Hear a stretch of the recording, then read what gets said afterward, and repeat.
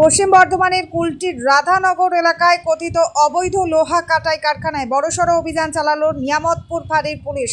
গোপন সূত্রে খবর পেয়ে অভিযান চালিয়ে প্রায় 4000 কেজি ঢালাই রড, একটি gas cutter machine, weight machine এবং কাটাইয়ের কাজে ব্যবহৃত বিভিন্ন সরঞ্জাম উদ্ধার ও বাজেয়াপ্ত করা হয়েছে। অভিযানের সময় কারখানায় কর্মরত জয়কুমার রবি দাস নামে এক ব্যক্তিকে গ্রেপ্তার করা হয়। তাকে আসানসোল জেলা আদালতে তোলা হয়েছে এবং জিজ্ঞাসাবাদের জন্য পুলিশ হেফাজতের আবেদন জানানো হবে বলেই জানা গিয়েছে। পুলিশ জানিয়েছে, উদ্ধার হওয়া লোহার উৎস সেগুলি বৈধ নাকি কথিতভাবে চোরাই এবং এই কারবারের সঙ্গে আর কারা জড়িত তা খতিয়ে দেখা হচ্ছে।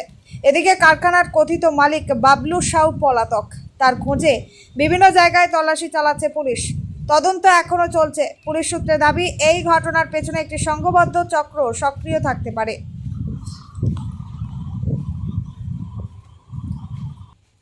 আরো আপডেট পেতে চোখ রাখুন A1 নিউজ বাংলাতে।